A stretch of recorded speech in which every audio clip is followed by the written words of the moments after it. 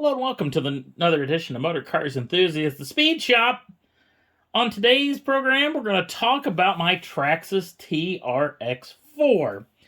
This was bought as a project vehicle. Well, it gets kind of chilly here at Motor Cars HQ in the wintertime, and I wanted a little project vehicle. I wanted a TRX4. I already own a TRX6, and if I would have looked a little bit harder at my TRX6, I probably would have ran into what problems I ran into with this TRX4, because this is a full 4-link TRX4. I've seen this done a couple of times before.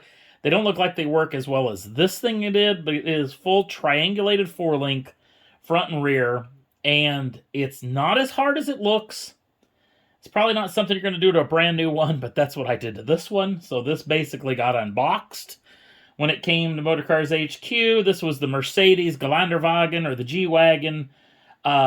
Got the upgraded version with the 2-speed and the locking diffs. That was something that was a pretty good idea. My brother-in-law suggested that. I was going to go with the sport version.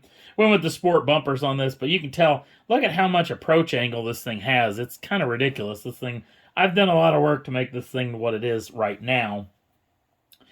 Dodge Power Wagon body is pretty cool, but obviously this was built for a different truck. That's why the wheelbase is way off. This was built for an HPI Wheelie King, only 12-inch wheelbase. Actually, that was 12-inch that I stretched to make 12-inch. So this thing's, 13 inches or whatever it is, so it doesn't fit as well. So this is going to get swapped one of these days, because this needs to. Did a quick and dirty paint job on it just to make it look a little bit better, because it is painted on the outside. A couple of things you can tell. The scoop is actually built out of the back, out of the actual bed of it. The bed I've done at eBay is plastic. I'm going to redo that again. And it's actually functional. Hole in it, because I moved the electronics up front, up there, just to get them up a little bit higher, because the scoop actually sits right here. The battery's been moved back. This is one of those low-slung battery setups. Move this to the back, turn it around, because I was jumping this thing a lot, because I wanted to build an all-rounder. It doesn't really work with one of these, because you probably really need to run sway bars with this, but then it makes it a terrible rock crawler.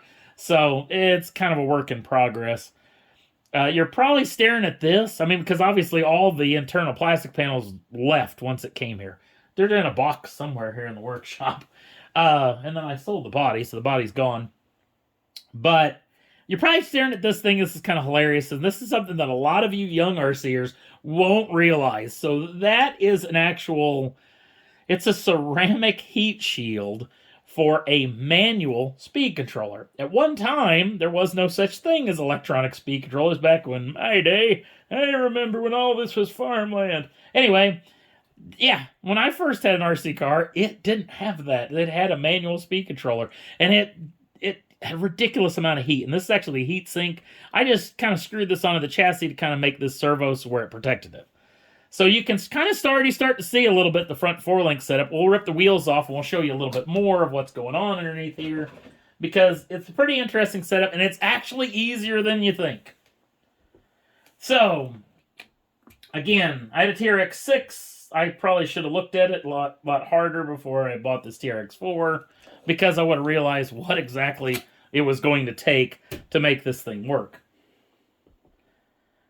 The biggest thing it's going to take to make this work, because in the front of these things, it's a 3-link suspension setup. So you have 3 links up front, and then you have what they have called a panhard bar. And you can see that's all gone now. So the panhard bar would go off, and when this thing would go through its suspension cycle, it would obviously make the axle move back and forth. Hated that. The steering actually being set up into the chassis, this thing, I couldn't get it down far enough that anytime it worked through, it would turn the wheels anytime the suspension went through its full cycle. Because here's the trick. These are Losi LMTs. These are 130 millimeter shocks, so that's ridiculous. You couldn't even begin to put one of these on a stock TRX4. You have to kind of do this setup. It's not something you probably want to do, but maybe something you wouldn't mind trying to do now that we got the colder months. So the key to this whole 4-link package, there's a company called 1/10, and they make 3D printed steering servo mounts for the axle. And this is actually underneath here is where the front of the top 4-link bars actually attach. So it solved every problem I had and gave me a new problem, which was how to make it really work as a 4-link truck. So as you can see, these are the back mounts for the engine and transmission. The front of the transmission, the back of the engine mounts. They're just directly into the chassis, and they're almost equal length. These are actually GPM. They are they would be the bottom links for the front, and those are those ones that arc upwards. That way you can kind of get a little more clearance out of them. They're actually turned on their side to do this. You're going to have to solve a couple of problems in here, but I will tell you how to do it. So one of the things I did was you're going to have to shorten this thing, because if you put these on stock, the front of the axle leans way too far forward, and you're going to mess up your driveline angle. And so what you end up doing is you have to actually end up shorting them. So the part of the threaded end where you put your rod ends in, I've shaved that off. You can grind half of the threads off, which is about what I've done. Grind half of them off, then you take the rod end and you have to hollow this out to where it's the same size as the actual outside of the body. So I'm going to show you at least in one. This was a prototype. Actually, I did it first in threaded rod. I then bought some links that would probably kind of work, and that's kind of how I built these things to where they would, and this worked pretty good, but it wasn't going to work, I don't know, 100% of the time. And these things are way tougher. So making them out of these, and it's a lot easier too. So it's a lot simpler. The other thing you're going to want to do is these rod ends. Axial makes these rod ends that actually bend a little bit. It'll help out a ton in this situation, because what I've done is clearance the inside of the steering servo mount for the 4-links, and that was to allow this thing not to have any binding. Another thing I did is actually shaved a bunch of this chassis off there so it wouldn't bind on this. If you probably do these both in those angled parts, it'd probably eliminate that problem. You wouldn't have to do this. The other thing is, because this thing now has got, the articulation is now ridiculous, another thing you're going to have to do is waller out the actual chassis itself. This thing's made out of steel. It is tough as nails, so you don't really have to worry about going crazy with this, because I've shaved this out ridiculous. I actually shaved out the steering servo themselves to try to keep it to where it doesn't touch anywhere. It really cycles through really nice, and this thing has no problems of achieving any sort of articulation in any way, shape, or form. It works ridiculously good, if I do say so myself. But I will say that this took 2 months of planning and figuring out and trial and error. Like I said, I tried the threaded rods. The rods worked pretty good, but I thought the threaded rods were going to be a little bit too on the thin side and end up bending. Actually, I ended up breaking the rod ends, which was weird. The threaded rod worked pretty good. These worked pretty well as well, but I wanted something that looked a little cleaner than this, and that's why I went with these. This was just a shot in the dark. I actually tried these, and it works super good. I mean, it really does work good. As you can see, I probably moved some stuff around. The actual electronics have been moved around on this particular truck as well. This is a I don't know, body guy tool. I work in the glass industry, so this is just like I used to open up interior panels on. I just did that so I could get them up and out of the way, because you basically lose a lot of the electronics where the old electronics used to go. One of the other things you might have to modify on this, as you can see, I kind of melted this to bend this down, because this thing at full droop, you can see the line is taut. It is super tight. This is probably the most amount of suspension you could probably throw at this thing. And I think this thing would probably work for a good amount of time. But I'm going to go with some 125s, just shorten them up a little bit, because this thing's just too tall as it sits. So this doesn't work as well as I was hoping. But it wasn't going to work anyway. Hell, these shocks aren't valved for it. They don't have the right springs. They don't have the right fluid. So it didn't work the best anyway.